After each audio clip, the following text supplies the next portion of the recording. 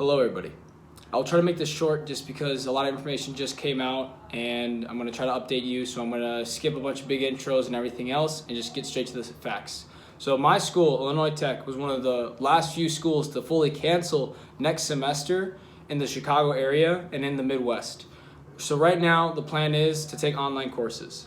Already that's going to be a challenge in itself because now for physics classes, chemistry classes, we can no longer do labs.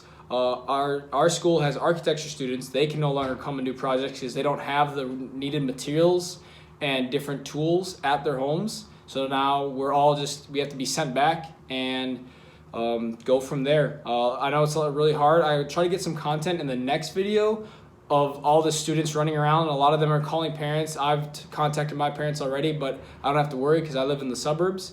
But a lot of them are already running back and forth trying to catch planes and then trying to move around the town, which is already hard to do because as a precaution, the Chicago already shut down Amtrak and they're shutting down most of their CTA trains. So already public transportation is like really hard to get on and get to before they shut it down. And that's another concern of the students. Before they shut it down, they were worried about flying out and then not being able to come back because of the travel bans. So that's a really difficult part. Now into the next section is why it's hard specifically for my college for canceling and why they waited so long. I believe it's because 40% of our student body is actually international. So if they were to shut down school completely, it would have been hard because those students that are international, they can't fly back home to Europe or parts of Asia or South America or Africa because the travel bans wouldn't let them get there. So they would be without a home or anything, so that would have been really tough for them. But we're fortunate enough that our university is actually one of the few in Chicago as well as the Midwest to keep our dorms open. So students will stay here. So with that being said, a lot of people also worried about the food that's going to be distributed. I know already we have a company called Chartwells that works the catering here on our campus at Illinois Tech, and they've already started working on different methods to give students food. I know this is one of the ways that they were talking about, but it's basically like if you know what Postmates is and you get food delivered or it's like kind of pre-made kind of stuff, they're doing a system through that so that way they could put it in the huge areas, the dining halls that we have, and then you could just grab and go just to limit contamination and just exposure to other people. So it looks like this. It's a nice little box, and then this one specifically is a ham and cheese sandwich. I don't know if you guys can see that, but ham and Swiss to be specific. But right there, I think that's a good idea already. And honestly, because I know in Italy they have the rule where every customer has to be a meter apart from each other in every restaurant. It's a great idea for colleges and also other restaurants that in very affected areas to use the system of just getting a box. It's pretty simple. It's recyclable too, so at least you're saving the environment.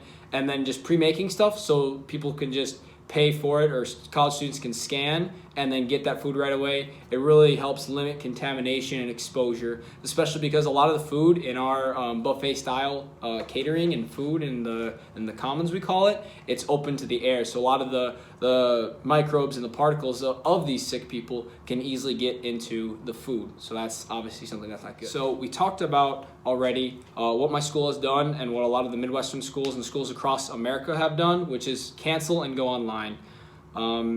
It's going to be a challenge, definitely, for the education system. I know, speaking from my perspective, I'm more of a technical student, CS and mathematics, so it won't impact me as much as other students are going to be impacted, like architecture and students that have more hands-on projects and labs. So that's going to be a bit difficult for them. But definitely, it's going to be interesting, to say the least. I never saw this come. The 1 year, because I'm a freshman, the 1 year I go to college, this all happens. So incredible. But definitely I want to say for those of you out there that this is happening in college, and just those who maybe are out of college and just worried in the grand scheme, it's okay. I don't know why everybody's really afraid of this, and the fear factor is honestly what's driving all this shutting down and stuff, because the death rate is pretty low. When I last checked the statistics, it's only about 3%, and the majority of that 3% were people that had I'd say more crippled immune systems or deteriorating immune systems. So like the elderly or people that are already sick. So a lot of people, if you have a good functioning immune system, like most people on this earth do, and you practice good hygiene, you'll be okay. And my one friend, he read a statistics off the CDC, I believe, and they said already worldwide there's 66,000 people that have gotten the coronavirus and have that recovered already. So already there's people that they're showing that the majority will and can survive, and then from those majority we could start extracting antibodies and hopefully making a cure soon. So relax about that. Additionally, for just general tips that I want to provide you as you're traveling back now that all these schools are canceling, maybe your workplace is now canceling stuff, you're still going to need to go out and about and buy food. Okay, stop buying all the toilet paper. This is ridiculous. You're going to just buy up everything from all the shelves, and it's going to lead to food shortages like it already has been doing in New York and along the West Coast. Don't do that. That's ridiculous. You're going to be okay. Buy what you need to get you through maybe a couple weeks, and you'll be fine. And with that being said, get out and do your job. This might not help you get to your job because, again, it's only going to cover your nose and your mouth. And worn properly, it should go like there and over the top. That's good because it's going to cover your nose and mouth. But however, you can still contract the virus from the particles from other people by getting it in your eyes, sometimes your ears, or other parts of your body. So if you really want to cover up your body and be safe, you're going to need one of these, and you're also going to need goggles or an actual covering thing. I don't really know where to get those, but again, I'm not too worried. Just stay out of highly densely populated places, and also don't have someone cough or sneeze directly into your eyes. And it's just like a normal flu. Like they said, it's just a flu that can spread during its incubation period, so it makes it more rapid. So treat it like a normal flu. Wash your face, wash your hands, use hand sanitizer everywhere you go, bring little ones. And they recommended, the CDC, it should be between 65 to 90% alcohol-based hand sanitizer. So when you buy it, check it out because you want to make sure that's effective. And they said that coronavirus, even though it's on surfaces, it can be killed with the hand sanitizer alcohol content. It can be killed with Clorox wipes and other bleach products.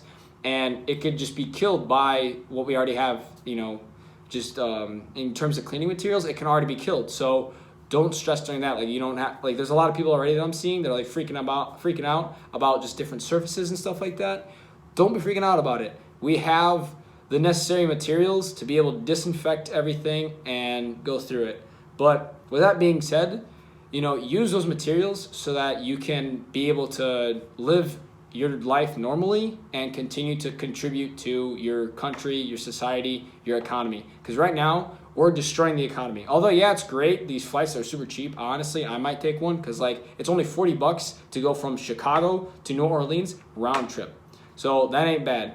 But the bad part is the long term is going to be terrible for us in terms of the economy. Because right now, I've read that it's worse than what it was in the 2008 recession here in America. And that with the food shortages and everything else going on and companies starting to shut down, it's going to be worse. What we need to do is stop freaking out about it. Yes, it's just people are gonna get sick. Some people might die, but that's just with every flu case. But as long as you maintain proper hygiene and you stay out of filthy, densely populated places, you're gonna be okay. And you have most Americans and South Americans and Africans, wherever you're from, most people have good immune systems. And that's what your antibodies are for in your body. So trust your body and, go see checkups with doctors, make sure you're okay. And we have all the systems in place in order to help you get through this. It's not the apocalypse, it's not the end of the world.